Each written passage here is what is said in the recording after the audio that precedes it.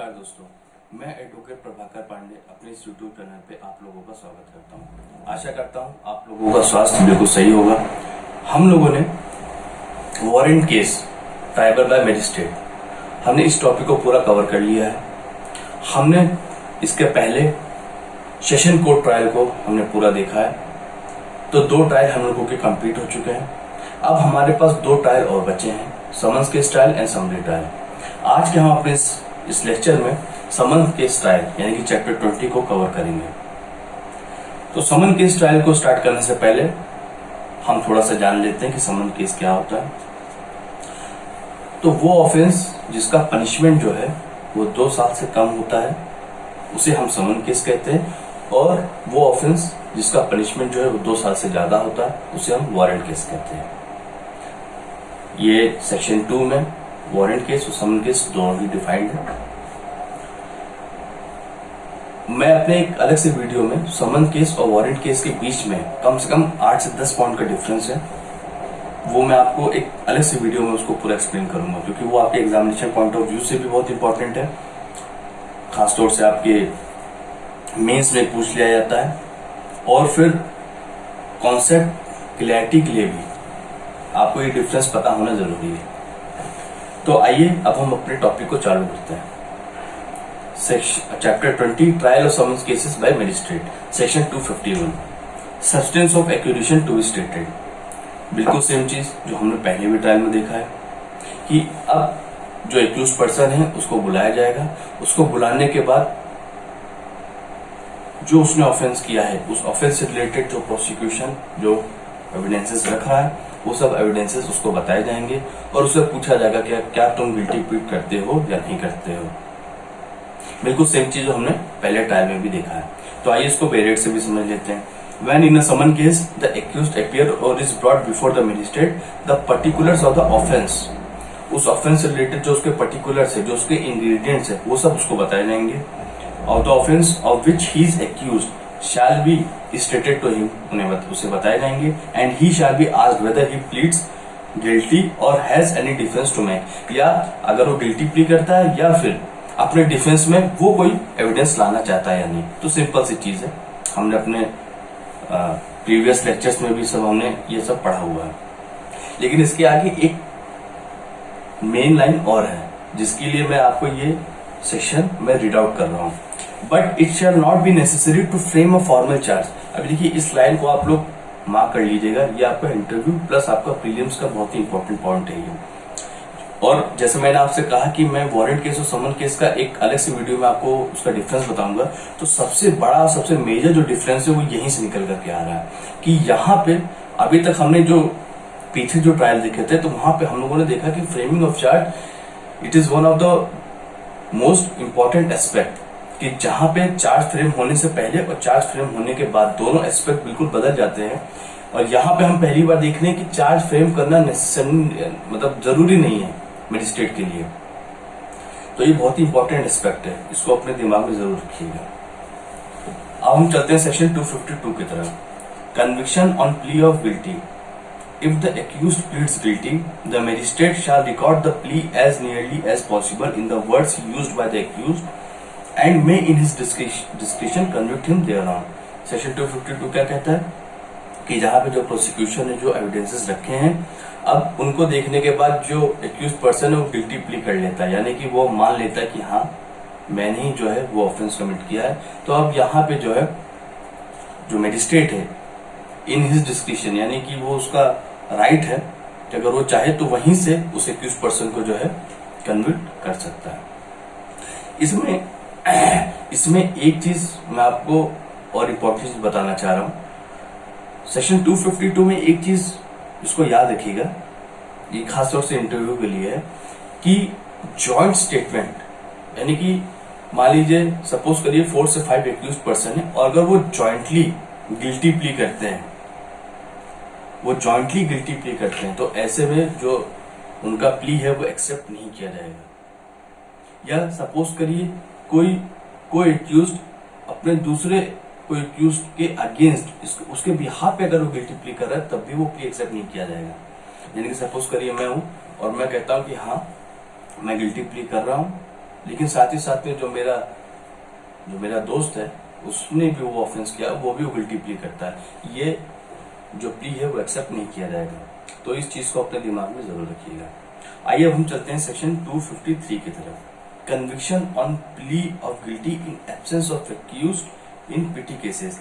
अब यहाँ पे बात किया जा रहा है पीटी केसेस में, जहां एक कोई छोटा सा ऑफेंस है और एक एक्यूज पर्सन को समन भेजा गया उस पीटी ऑफेंस के लिए, और जो एक्यूज पर्सन है वो बगैर मजिस्ट्रेट के सामने गए, बगैर मजिस्ट्रेट के सामने प्रोड्यूस हुए और मजिस्ट्रेट उसको कन्विक्ट कर रहा है, या वो बगैर मजिस्ट्रेट के सामने गए वो गिल्टी एक्सेप्ट कर रहा है।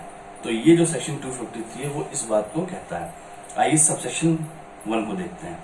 Where a summons has been issued under section 206।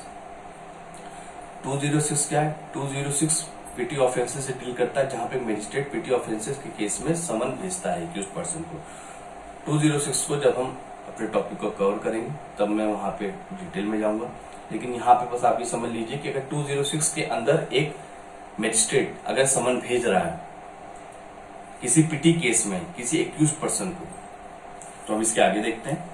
And the accused desires to plead guilty to the charge without appearing before the magistrate, he shall transmit to the magistrate by post or by messenger a letter containing his plea and also the amount of fine specified in the summon। तो सबसे पहले ये समझ लीजिए कि यहाँ पे जो पीटी केसेस हैं, पीटी केसेस हम किसको कहते हैं? वो केसेस जो बहुत ही सिंपल होते हैं, मतलब जहाँ पे जो इम्प्रिजनमेंट है वो 3 मंथ्स का है, या जहाँ पे जो फाइन है वो 1000 रुपए का है, 1500 का है, 2000 का है, या जहाँ पे कोई कंपाउंडिंग ऑफेंस है, कोई फैमिली डिस्प्यूट है, जहाँ पे आपस में बैठ करके बाय म्यूचुअल सेटलमेंट किसी चीज पे आप एग्री कर सकते हैं, तो ऐसे केसेस को हम पीटी केसेस कहते हैं। तो अब इसमें ये बोला जा रहा है कि 206 के अंदर किसी पीटी केस से रिलेटेड अगर मजिस्ट्रेट ने एक एक्यूज पर्सन को समन भेजा है, तो जो एक्यूज पर्सन है वो बगैर मजिस्ट्रेट के पास गए हुए, यानी कि वो बगैर मजिस्ट्रेट के पास गए हुए, वो बाय वे ऑफ नोटिस, यानी किसी नोटिस के थ्रू या किसी मैसेंजर यानी किसी मैसेज के थ्रू, किसी लेटर के थ्रू वो मजिस्ट्रेट को भेज सकता है और वो गिल्टी प्ली कर सकता है। वो कह सकता है कि हाँ, जो आपने समन में जो एक्यूजिशन लगाए हैं मैं उसको एक्सेप्ट करता हूँ, और सपोज करिए कि समन में फाइन बोला गया था उसको 1500 रुपए का, तो वो ये तो लिखेगा कि मैं गिल्टी प्ली करता हूँ, और साथ ही साथ वो जो 1500 रुपए का फाइन है वो उस लेटर या नोटिस के थ्रू वो फाइन भी दे देगा। तो आई होप सबसेक्शन 1 आपको बिल्कुल क्लियर हो गया होगा। आइए चलते हैं सबसेक्शन 2 की तरफ। The magistrate may in his description convict the accused in his absence on his plea of guilty and sentence him to pay the fine specified in the summons and the amount transmitted by the accused shall be adjusted towards the fine. यानी कि अब यहाँ पे ये बोला जा रहा है कि मैजिस्ट्रेट अगर अपने डिस्क्रिप्शन पे वो एक एक्यूज पर्सन को, वो भले उसके सामने प्रेजेंट नहीं है तो भी वो उसको कन्विक्ट कर सकता है, उसको गिल्टी मानते हुए सेंटेंस पास कर सकता है कि जो समन में जो फाइन बोला गया है वो फाइन को पे करो। और सपोज करिए अगर उस एक्यूज पर्सन ने बाय वे ऑफ लेटर कोई फाइन भेज दिया है, तो वो जो फाइन उसने भेजा है उस फाइन को भी इसमें एडजस्ट कर लिया जाएगा। बस इतनी सी बात करता है। और where a pleader authorized by the accused in this behalf pleads guilty on behalf of the accused, या फिर उस accused person ने कोई pleader अपॉइंट किया है जो उसके behalf पे guilty plea कर रहा है। The magistrate shall record the plea as nearly as possible in the words used by the pleader and may in his discretion convict the accused on such plea and sentence him as aforesaid।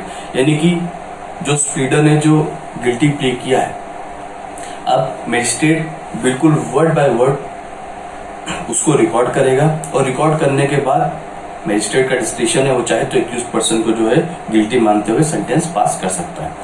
तो I hope section 253 भी आप लोगों को clear हो गया होगा। आइए चलते हैं सेक्शन 254 की तरफ। Procedure when not convicted.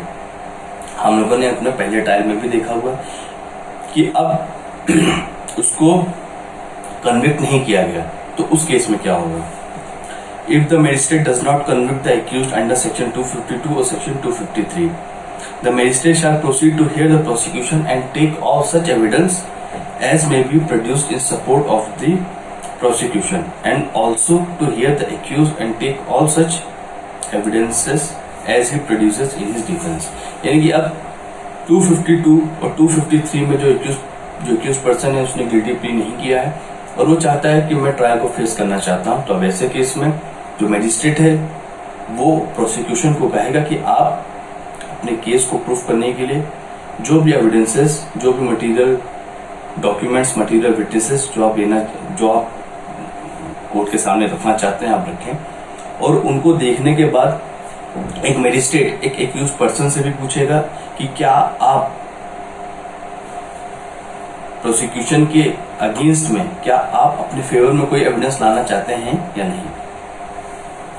आइए चलते हैं सबसेक्शन 2 की तरफ।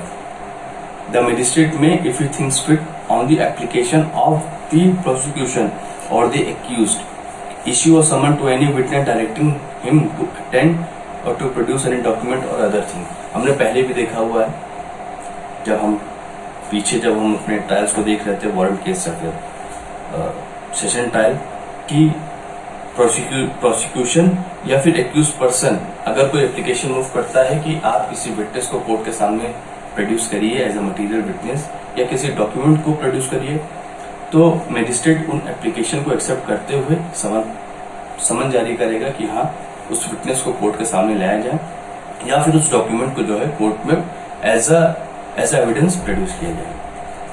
सबसेक्शन 3, द मैजिस्ट्रेट में before summoning any witness on such application required at the reasonable expense of the witness incurred in attending for the purpose of the trial deposition in court। यानी कि जो भी application move करेगा, मान लीजिए complainant ने अगर कोई एप्लीकेशन मूव किया है कि उस विटनेस को कोर्ट के सामने लाया जाए, तो कोर्ट उस कंप्लेनेंट से कहेगा कि आप उस विटनेस को लाने के लिए जो एक्सपेंस लगेगा उस एक्सपेंस को आप कोर्ट में जमा करिए। तो आई होप सेक्शन 254 क्लियर हो गया। चलते हैं सेक्शन 255 की तरफ, एक्यूटल और कन्विक्शन। अब देखिए प्रोसिक्यूशन ने भी अपना एविडेंस रख दिया और डिफेंस ने यानी एक्यूज पर्सन ने भी अपने डिफेंस में जो एविडेंसेस रखने थे, जो विटनेसेस लाने थे, जो डॉक्यूमेंट्स प्रोड्यूस करने थे, कर लिए। अब हम देखते हैं कि उनका एक्यूटल हुआ या conviction. Subsection 1, if the magistrate upon taking the evidence refer to in section 254 and such a further evidence, if any, as he may, of his own motion cause to be produced, find the accused not guilty, he shall record an order of the acquittal। यानी कि prosecution के evidence को देखने के बाद और अगर magistrate ने खुद से अगर किसी विटनेस को कोर्ट के सामने बुलाया था या किसी डॉक्यूमेंट को प्रोड्यूस करने के लिए बोला था, तो उनको देखने के बाद अगर एक मैजिस्ट्रेट को लगता है कि नहीं एक्यूज पर्सन गिल्टी नहीं है, तो reason order, speaking order note down होगा और उसके बाद वो एक्यूज पर्सन को एक्विट कर देगा। Subsection 2, where the magistrate does not proceed in accordance with the provisions of section 325 और section 360, he shall, if he finds the accused guilty, pass sentence upon him according to law। Section 325, section 360 जब हम लोग part सी यानी कि warrant case tribal bye magistrate, जब हम उसका part सी देख रहे थे, तो वहां पे भी सेक्शन 325, सेक्शन 360 रिफर हुआ था, जो मैंने आपको समझाया था। ज्यादा डिटेल में नहीं समझे थे, लेकिन फिर भी एक रेफरेंस तो हम लोगों ने देखा ही था। तो अगर आप लोग चाहें तो मेरे उस प्रीवियस वीडियो को देख करके आप इसको समझ सकते हैं, इसलिए मैं यहाँ पे इसको टच नहीं कर रहा। तो यहाँ पे मैजिस्ट्रेट अगर सेक्शन 325 या सेक्शन 360 के अकॉर्डिंग प्रोसीड नहीं करता, तो वो जो है उस एक्यूज पर्सन गिल्टी मानते हुए सेंटेंस पास करेगा, मतलब सेंटेंस पास कर देगा। अब हम चलते हैं सबसेक्शन 3 की तरफ। अ मैजिस्ट्रेट में अंडर सेक्शन 252 और section 255 convict the accused of any offence tribal under this chapter which from the facts admitted or proved he appears to have committed whatever may be the nature of complaint or summon if the magistrate certified that the accused would not be thereby। यानी कि ये बात यहाँ पे subsection 3 इस बात को कह रहा है कि मैजिस्ट्रेट सेक्शन 252 और 255 में उस एक्यूज पर्सन को कन्विक्ट कर सकता था, सारे फैक्ट्स को देखने के बाद, सारे फैक्ट्स को एनालाइज करने के बाद और जो एविडेंसेस हैं उनको देखने के बाद, whether whatever may be the nature of the complaint और समन, चाहे उस कंप्लेंट या फिर समन का कोई भी नेचर होता है, उसको देखने के बाद एक मजिस्ट्रेट के पास ये डिस्क्रिशनरी पावर थी कि वो उसको 252 या 255 में कन्वर्ट कर सकता था। लेकिन कन्वर्ट करने से पहले वो इस चीज को इंश्योर जरूर कर लेता कि जो एक्यूज पर्सन है उसको कोई प्रेजुडिस कॉज हो रहा है कि नहीं, यानी कि कहीं ना कहीं उसको कोई राइट इन्फ्रिंज ना हो रहा हो, यानी उसके साथ कोई अन्याय ना हो रहा हो। तो सबसेक्शन 3 जो है वो सिर्फ इतनी सी बात करता है। तो हम अपने वीडियो को यहीं पे स्टॉप करेंगे। अब इसके आगे से जो है हम फर्दर जो सेक्शंस है उनको देखेंगे। आई होप आज का लेक्चर आप लोगों को जरूर समझ में आया होगा। अब हम अपने नेक्स्ट वीडियो में फर्दर के सेक्शंस को कवर करेंगे। धन्यवाद।